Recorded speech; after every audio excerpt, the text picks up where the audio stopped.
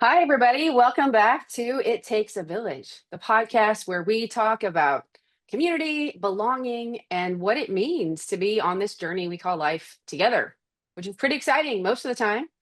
I am joined today by my friend Christine Vanderpool Castle, and Christine is a special guest. She works at Countryside. She is an at large community member, born and raised in Omaha, has a lot to talk to us about. But one of the things and the reasons that we are inviting guests from within the church, Countryside Community Church, is because as we talk about the village that we all belong to, that we're creating, there are a lot of people who do things behind the scenes. There are people who are out front, but it takes each and every one of us to create this village. And there are so many amazing people who are part of our community. Last week, we had the privilege of sitting down with Dan Loven-Crum, who is another person who works a lot behind the scenes. You see him a lot, but he's, kind of wandering, shaking hands, but doing a lot behind the scenes financially with operations, even a yoga master. And then we had a conversation with Heather, who is also new to our community, does a lot behind the scenes, works with our children and youth and spiritual formation.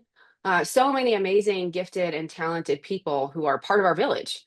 And so we have the opportunity to learn more about Christine, who is our director of communications at Countryside and has a lot more in her wheelhouse. She's done kind of everything. So I'm thrilled to introduce Christine. Thank you, Christine. How are you? Great. Thanks for having me. I'm so used to being behind the camera that this is a a little bit of a different experience for me. That's right. And we are doing new things. That's right. As a journalist, as an editor of a magazine, all the things you're kind of a master storyteller, and you do that for us as well. But we want to dive into some of your varied background.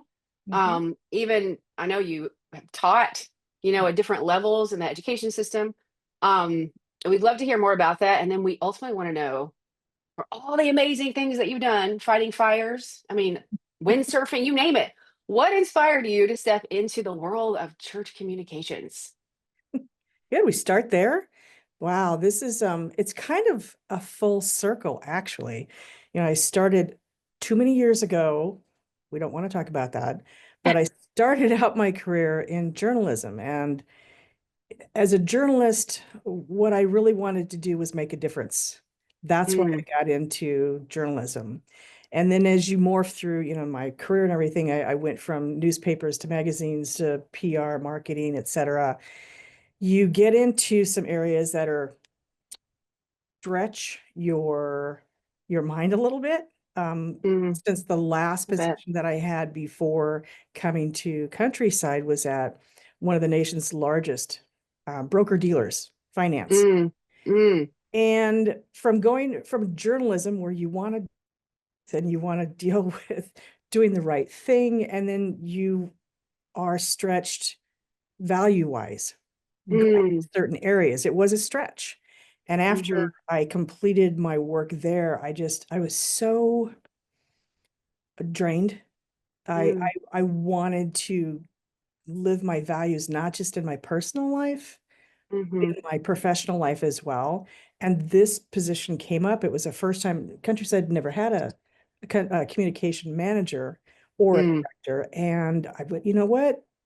This is something that's outside of my wheelhouse a little bit, but that's going to stretch me. So let's go find out what it's all about. And when I came mm, here, I discovered that I could work in a place where my values were not just appreciated, but mirrored. mm, I mm, was working with people who were mindful, believed in their values, not just when they went to church on Sundays, but they actually tried to live that value system every day, all day, do the right. mm, And so it kind of came back full circle in that I started out my career trying to make a difference and be relevant. mhm. And now here I am, really, I believe I'm making a difference. And I believe in the people who I work with because they sure are making a difference. I can support that.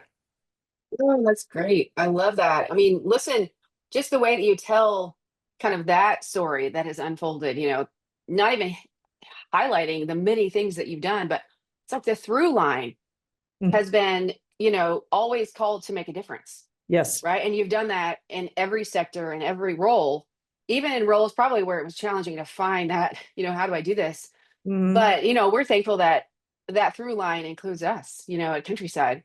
And I just think of Serendipity. storytelling, serendipity. I love that too. You've got so many of those great lines. I hope you throw some of those things in, the things that, are kind of your guiding light.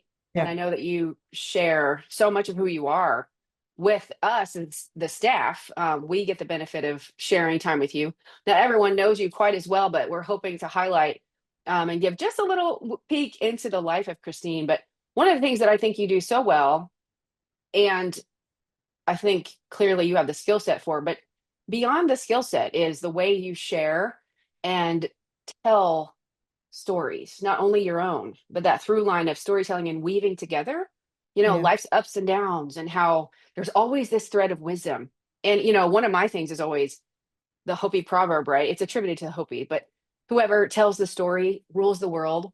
And really Mm. the thing about that is, right, stories are, they reflect who we are. That's all we are, right? Our stories. And we exist when we tell our stories and we are shaped by other stories, but you're transformed when you tell stories. So I'd love to hear you talk about how storytelling and how you use storytelling in your work, but how it's become meaningful for you and how you then use that to really enhance the communities where you belong.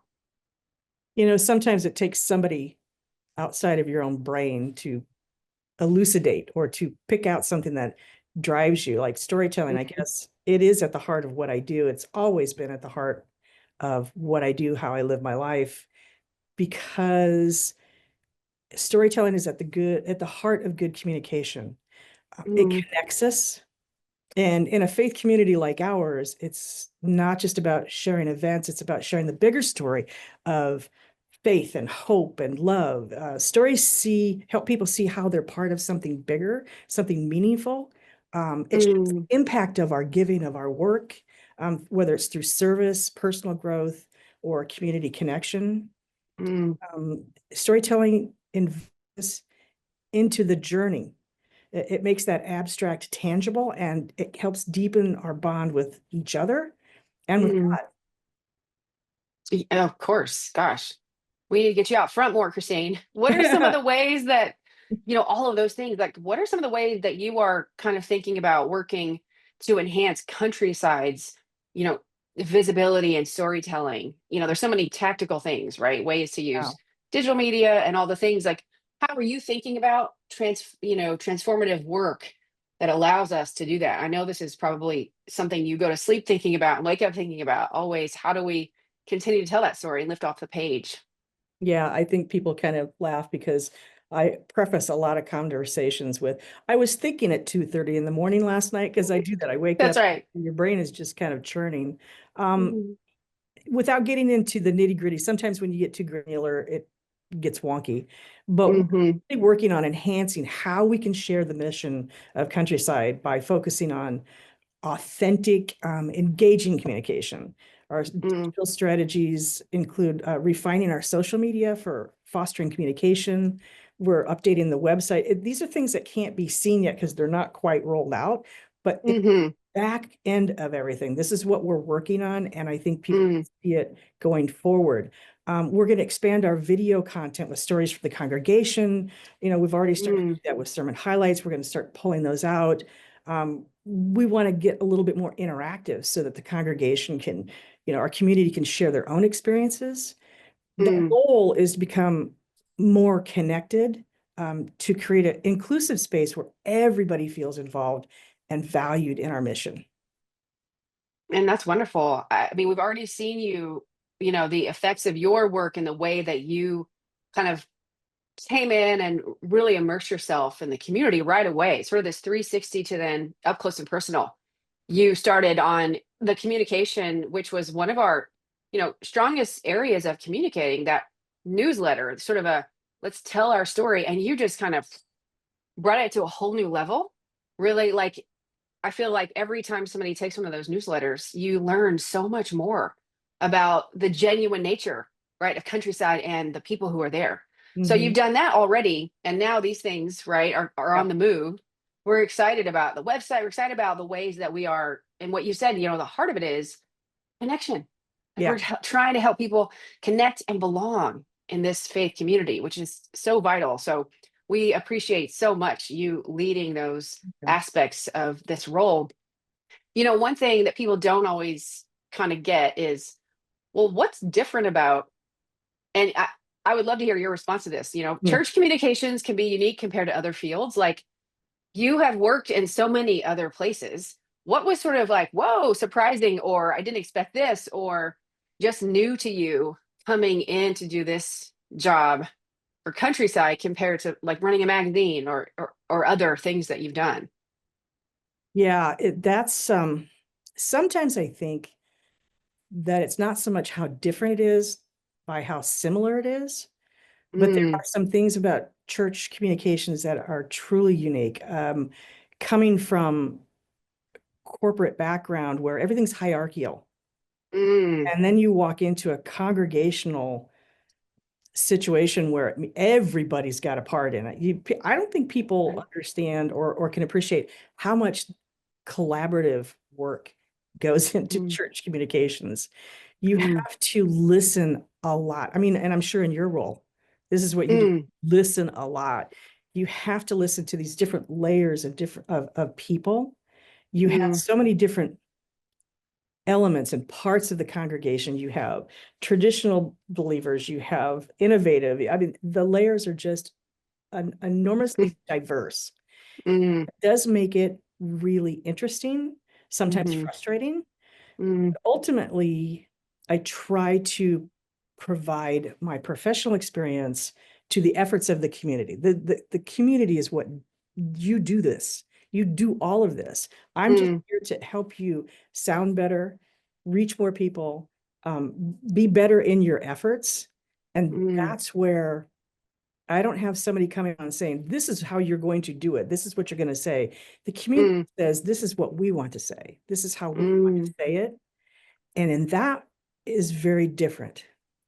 We're going with mhm. a lot of people with a lot of different ideas, how they Yeah. approach things. And I think that's what makes it so different, Mhm. challenging, but beautiful. Mm. Yeah, that's great. The diversity of ideas about how this should go, and then Mhm. of the content of what I want the world to know. Yeah. Um, yeah, the challenge and the beauty. And I think that is one of the things that even makes our role on the Tri-Faith Commons challenging and beautiful. Oh, And I know that you meet regularly with that team from yes. different directors of communication from the faith communities as well as the Tri-Faith director. Anything that you want to say about that in terms of that being another place for storytelling? How has that experience been? Oh, that has been really fascinating. One of the areas that I was really interested in, part of my academic life and everything was international studies and being Mm, able to study with Afghans from Afghanistan, the Mujahideen way back in the day, and finding out how people see things. It's perspective mm, and it's how we culturally hold on to things. So mm, it could be something as small as what kind of greeting do you give somebody from temple during one of their particular holy days? mhm. Well, if you think, I always check with my counterparts there and at AMI and everything. Just sometimes you don't know. And they go, well, you guys are so well-meaning, but this is the correct way to do it. And there's nothing wrong with that. You're Mhm, not, by asking questions and being very sensitive to mhm, the fact that they're not going to see things quite the way that you do, mhm, you're collaborating with them as well. It's not necessarily, you don't have to be combative about it. You don't have to be defensive about it. It's how we always do it. Just be open-minded and mhm, it's kind of like eating different cuisines. mhm, It makes your life a lot richer for having seen and experienced um, these different cultures. And I think like our tri-faith team that's going to visit the different, going over to mhm, temple, going to the mosque, those are learning to appreciate those cultural and spiritual traditions in a way that enhances our own. mm. that, that's exactly the heart of what I see, so meaningful for those engaged on the commons. Yeah. Because a lot of people tend to think in goodwill, right? Good intended, like that we should learn more of the traditions and borrow or, do some of the things that our other faith partners do. And we always kind of laugh at that and say, of course, well intended, you want to be respectful, but being the best neighbor, right, and the most meaningful friend, really, is being the very best Christian you can be, right? And Rabbi Sharp would say, like, be the very best you can be. That's going Yeah. to help you be a better neighbor to your right. So it's not taking on, it's respecting the beauty and the diversity and kind of learning, and it Yeah. enhances our own experience. Yeah. Wow. Absolutely. That's wonderful. There's so much we could say about Tri-Faith. That'll be for our next conversation. Oh, But yeah. I want to shift gears a little bit because learning about who you are as a person, right, I think has Mhm. been a real gift for me. I share, my office is just on the other side of Yep. Christine's, so pop in there every once in a while. But your um your LinkedIn bio, right? Everyone go your LinkedIn bio, which we shared that both of our LinkedIn's are probably like dormant, which is half of the Yeah. country, right? But you mentioned a love for baseball, and we are a baseball family. Chicago Cubs all day long, or my Yeah. son, LA Sorry, Dodgers. Royals. Oh, see, right? Yeah, Shannon, the Royals. But you said that Ozzie Smith's Hall of Fame speech Yeah. was really important to you, was Yep. significant. And I would love to hear you, share a little bit more about that.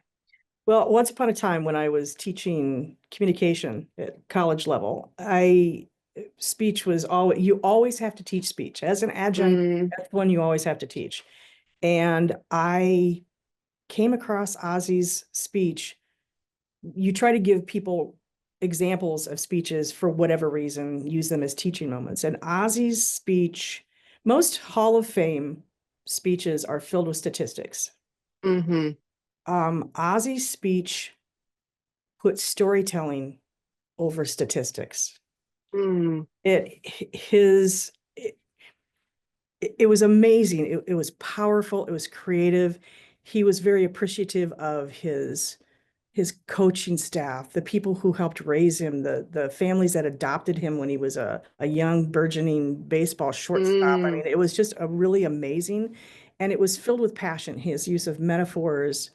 It's the kind of speech that you can just sit there and you can cry over mm, because it's mm-hmm, so heartfelt. But in mm, storytelling, he told the story of his life, and it was a universal story of perseverance, of mm, love, of dignity mm, and grace. And the way that he told it was just mesmerizing. And anybody that gets an opportunity to just sit down for a few minutes and watch that speech, you can Google it online.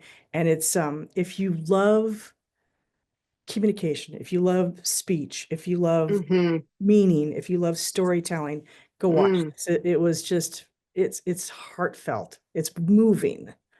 That's great. We're going to have to list, if you're listening, we are going to have to find this speech and we will add it to the It Takes a Village under this podcast so that everyone can find it.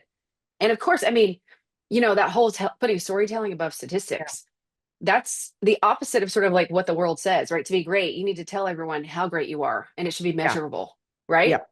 Yep. And that is definitely the opposite of what it means to find meaning out of those, finding meaning out of how many home runs, right? Maybe, Yeah.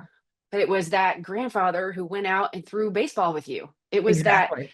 you went to that game and you didn't get tickets, but you climbed up and peeked over the side of the building because you were so desperate. And then, I love that you share that because I mean, so Yeah. much of my work also is like, how do you how do you talk about the Bible in a way that people aren't falling asleep? Well, right? You don't Yeah. tell every single moment that someone else has named as excellent or Jesus' most famous sermon every week, right? It's Right. how are we transformed by the people that we love? How does love live, right? Mm. In a Yeah. sport, in a career, in a family. That's awesome. I can't wait to I have not seen that speech, but I can't wait to Oh to yeah. find it. Thanks Yeah. for sharing Especially it. if you're a baseball family, and I got through that. I'm much more of a solo sport person. Um, Mhm. Mountaineering, rock climbing, the whole thing. My grandson was Yeah. a baseball player though, and he played. Mm. So that got me into that crack of the bat, and everything was Oh. I miss those hot dogs that have been rolling on those things for 3 days. And That's awesome. um, I know it's like past times. I would go to the Cubs games as a kid because my mom is from Chicago, yeah. and so the Cubs were it. And Harry Carey, before he passed, he would do Oh, take me out to yeah. the ball game. And I, it's like when he passed, it was sort of like this, like, oh my gosh, I was there for the Harry Carey. I could care less at that. I was like, I can't watch this long baseball Yeah. game. But yeah, it's those things, right? The hot dogs, Yep. which kind of hot dog are you, from here, there? Yep. Oh my, well, And so that's the much of life is, commonality. You can yeah, even if you're not a football or a baseball person or a yeah. sport person, you can, yeah, what is it like to sit in the bleachers and on a nice hot summer day with a beer in your hand and a hot dog Oh, roasted for the 3 days? popcorn. Yeah, Fabulous. right. I didn't, you could say, I don't know what the score was, but I had a great time, Yep. you know? Don't say we said that. No. We know what the score was. Promise. Well, Christine, another thing that I learned about you is that your strength finders, you have achiever, input, strategic, learner, and individualization. So how do Yeah. you see those playing out in your role here, in your life, Yeah, sometimes you'd like it. Sometimes when you look at those things, you're going, why do I have to be like that? But um, I think my strengths can be a really powerful mix because I like to think I'm efficient, Mm-hmm. insightful, future focused, adaptable, and people centered. Mm-hmm. They help me build meaningful connections through my communication efforts Mm-hmm. so that I can make sure that I get Countryside's message out and that it's clear and concise, engaging, and forward thinking. Mm, If you break it down, as an achiever, I got to remember which ones these are.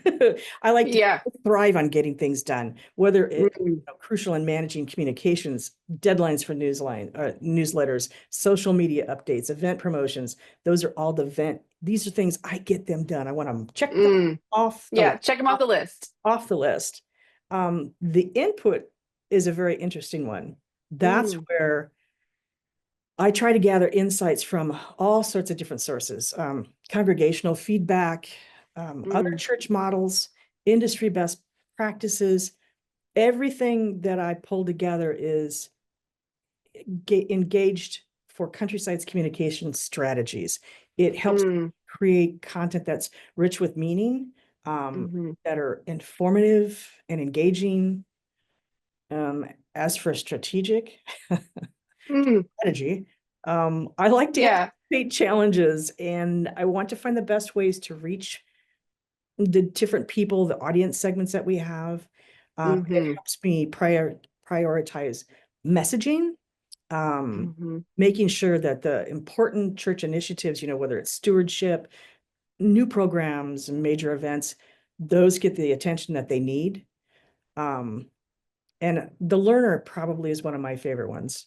Mm, As a learner, my passion for learning makes me adaptable to new communication trends, whether mm-hmm. improving social engagement, enhanced storytelling, Mm-hmm. refining email strategies. It also means that I'm constantly refining Countryside's messaging to make it more effective over time. Mm, And yeah. then the individualization, I think last one, right? Yeah. Yeah, yeah. Um, that helps me understand this diverse audience that we've been talking about, from longtime members who Mm, prefer um, tradition to the younger congregants who are looking mm, for a fresh engagement experience. It helps me personalize communication. mm, Hopefully, it makes people feel that they're seen, that they're valued, and they're mm-hmm. connected. Yeah. Which is, again, you keep saying like that's the ultimate goal, Mhm. Yeah. connection, whatever it takes, sort of it's one of those, you have to kind of tell it 5 different ways, right? Tell it Yes. 5 different ways, 7 different times, and then Yeah. yeah, I mean, and it takes a lot of work. I mean, Yeah. behind the scenes to do that, to listen well, to be collaborative with these inputs, right? It's sort of like being able to have your pulse on both the innovative thing that you want to drive forward and being able to collaboratively listen and weed through, well, 70% of the people are saying the same thing, but they want it communicated in different ways. Then ways. how do we, kind of move that forward? But you do a great job at that. And, Well, and I think what people don't realize is that with our different platforms, we call them platforms, you've got social mhm, media, you've got Currents newsletter monthly, you have the C10 weekly. There are people who only read mm, C10. There are people who, mhm. what the heck is a C10? They only get online, or they might just read the Currents. So you do Mhm, exactly what you said. It has to be said in a different way for those different platforms, for those different people who get their information in different ways. And that takes a gosh. little bit of work. That takes a little bit of work. Well, I would say it's a lot of work. I see you doing it daily, masterfully. And hopefully, those who are listening from our community, it kind of takes all of us. And Christine is always open to, someone to come in and say, "Hey, I want to tell this story. How can you help me do that?"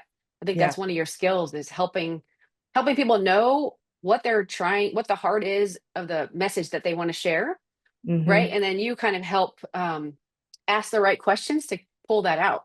And that's sort of the team approach that we have in general is our mission and vision is kind of X up here. And there's so many different ways that our community, right, is telling that story, right? All of these boards and committees, individual groups, education, we're all pointing to some of the same things, which are about connection with God, right? Community, that spirit of service and justice. But how that gets kind of out there, so many moving parts. Yes. So it takes a village, right? It takes a village. Well, Very, I very want appropriate. very appropriate. We are not that funny. Mhm. I would love to have you share one personal fun fact about us, which I always hate when people ask me this question, so apologies up front. But what's one thing that people would be surprised to learn about you? Whether it's something you've done in your life, something you love to do, whatever, something that's just a fun people may not know about Christine. Oh my gosh.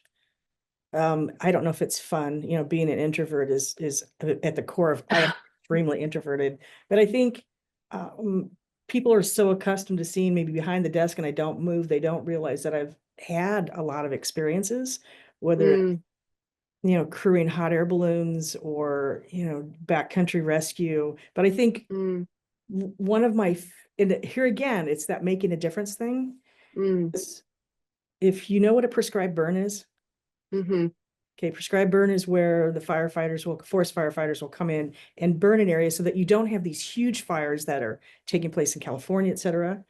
mm-hmm, I was a magazine editor. I went on a prescribed burn here in the Less Hills at Hitchcock, and it was mm, absolutely huge. I won't get into the details, but it was, I was on that. We prepped for 2 months, and I was with these firefighters, the fire jumpers that came in from California and Washington. I was with them from 5 o'clock in the morning until 3 o'clock the next morning. Once you're on those, you can't leave them. right. That's it. But the experience, everything I try to do, I hopefully will be making a difference. I wrote an article, a cover story on that experience. And Mm, that article resulted in a Sierra Club anonymous donor to donate, I think it was like $35,000 to the mm. firefighters in their efforts because of Oh, the wow. strength of that article. And to me, that's one of my crowning achievements, that it was a tangible, and this is all about Mhm, storytelling too, a tangible result. How did I make a difference? What difference did I make in the world? And that mm. kind of told me that I did. So, Oh, that's you so know, great. yeah. So I'm, I guess the moral of that story is that everything I do is hopefully going to make a difference. And that's what drives. Mm, mm, that's beautiful.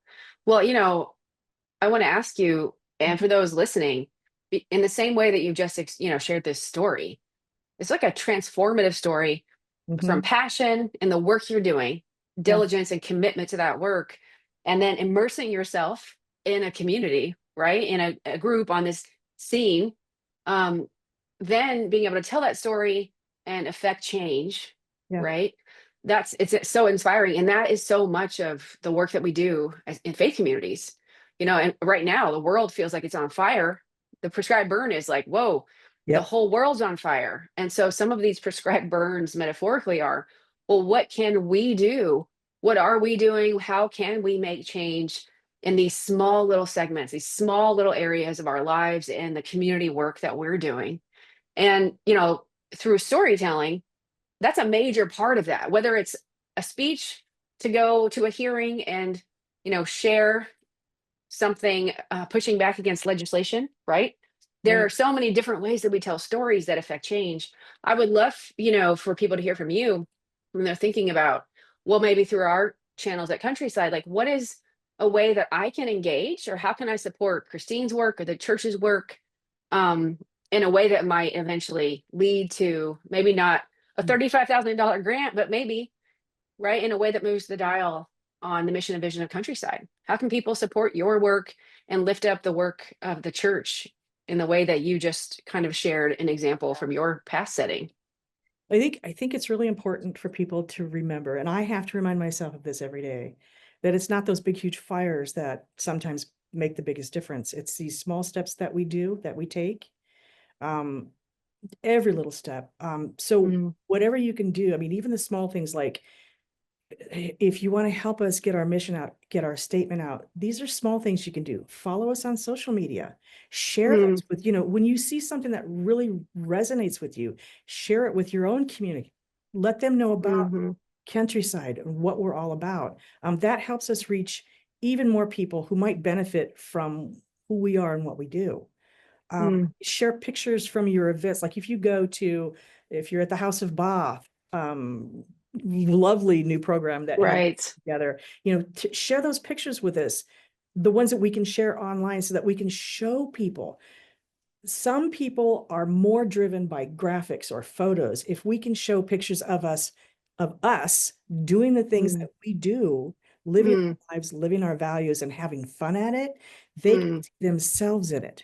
If they can see themselves in it, themselves, then they know that here's the place for them. This is their place. This is their people. This is their home. And if you're interested more in volunteering, there are so many opportunities. Um, just give us a call. We'll hook you up. Get into a village house, start talking mm. to people, asking questions. There is a place for you here, no matter how small it is, how big. We got something for you to do. That is right. Christine, thank you. Yeah. I mean, this is so fun. I love, hearing from you. I love that others are getting to hear from you. Your passion, your work, and the resources, the experiences from your life journey, are pretty unbelievable. So I hope people will take the time to come and get to know this introvert, because she has a lot to bring not only to our work, but as you spoke so eloquently earlier about values, right? Your values align so well with the work that you're doing at Countryside, and you are making such a huge difference. It's clear that your storytelling is a gift, and it's going to continue to mobilize our community and really affect change, even if sharing those devotionals, pushing out information that allows people to connect in so many different ways to the things that move them to connect with God. And if our listeners, if you love this conversation and want to support Christine's work, the work of the church, the particular things that she's doing to move our community into the lives of our community members so that they know we're here, reach out on social media, engage, like content, check in when you come to church, even on your socials. Right. um because we've always said this: church is not a building, it's the people, it's you, it's the experiences, and it's the shared journey of faith. And this is the podcast where we talk about shared belonging, our identity as people of faith. It's wrapped up in God's love for a world that so desperately needs it. So if there's one thing that we can do, it's to help you feel connected and know that you too belong here. So thank you so much, Christine, for this conversation, Thanks for for having being me. here. It was fun. It was fun. Surprise, surprise. It Right. was fun. So until next time, friends, take care and keep living out the mission of Countryside. Live out your own mission and your own values, and connect with something meaningful that will bring you light this week. We'll see you soon. Bye.